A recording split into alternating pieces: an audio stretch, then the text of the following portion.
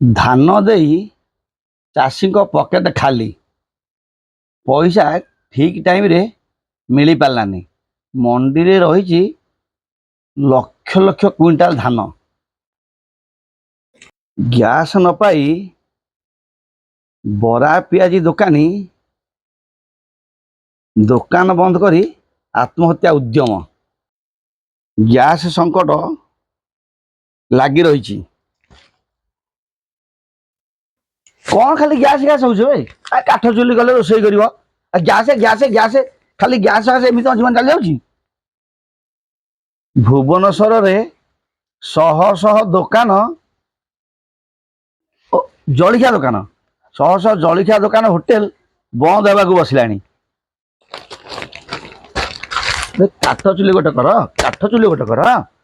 କାଠ ଚୁଲି କଲେ ଜାଳିବ, ଗ୍ୟାସ୍ ଚୁଲି କଣ ଦରକାର?